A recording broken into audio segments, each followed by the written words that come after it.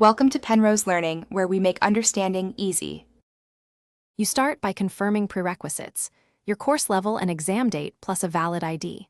Once done, prepare payment, card, UPI, or net banking and know the exact fee. Next, create an Allen account and verify your email and phone with OTP. This links your profile to the test series. Make sure your profile details match your ID because mismatches can block registration.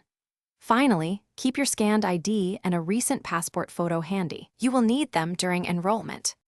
You now pick the exact DLP package, decide duration, subject mix, and number of mocks, because that determines materials and schedules.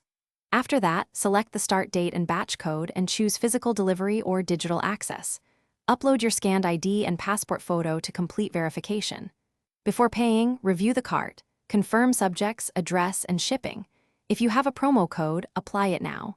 Finally, choose the payment option and proceed. Keep the transaction ID for records. You finish by confirming the enrollment email and downloading your receipt and PDF welcome pack. These contain login credentials and schedule. Once the order ships, track via the courier ID. If you chose digital access, log into the portal and verify all subjects and mock links.